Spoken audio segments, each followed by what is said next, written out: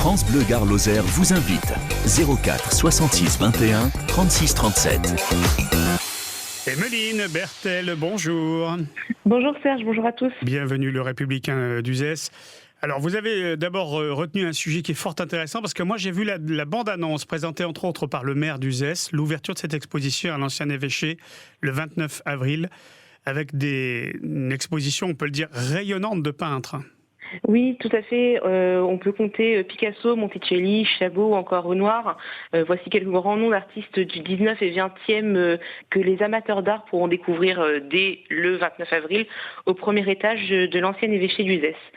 Cette exposition, qui va courir jusqu'au mois d'octobre, début octobre, est le fruit d'un coup de cœur amical entre le maire d'Uzès, Jean-Luc Chapon, et Marc Téménia, qui est commissaire de l'exposition. Et c'est un rendez-vous artistique que Jean-Luc Chapon aimerait poursuivre année après année.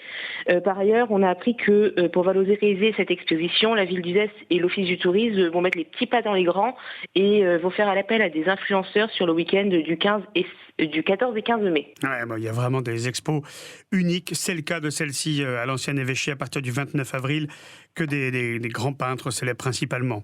Vous revenez dans le Républicain d'Uzès également sur le second tour de l'élection présidentielle, Emmeline ? Oui, un rendez-vous démocratique exceptionnel, on ne pouvait pas s'en priver.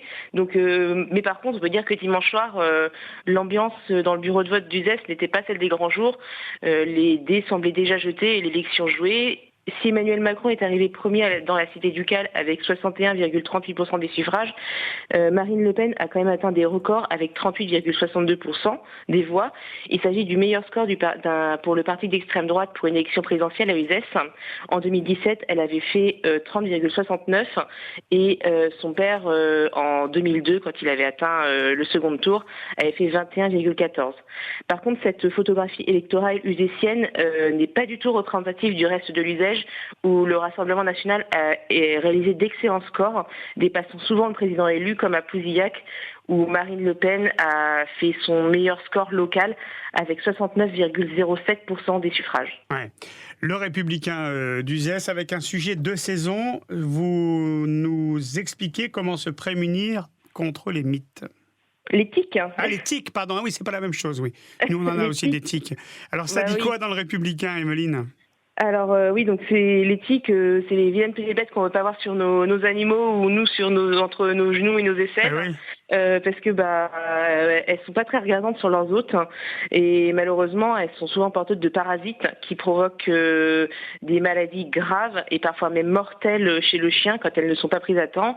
On a donc rencontré le docteur Eric Saragossa, qui est vétérinaire à Montaran et qui nous a expliqué comment privilégier la prévention grâce à des colliers, des comprimés, des pipettes, et qui apprend à faire les bons gestes pour arracher les tiques quand elles sont déjà là. Ok, les tiques n'auront plus de secret pour nous, grâce au Républicain d'Uzès, entre autres. Merci d'avoir évoqué ces trois sujets. Le Répu qui sort le jeudi, évidemment, on est bien d'accord, Emmeline. Oui, tout à fait. Mademoiselle Bertel, salut, amitié à toute l'équipe de la rédaction. Bonne journée, à bientôt. Bonne journée à tous, au revoir. Au revoir.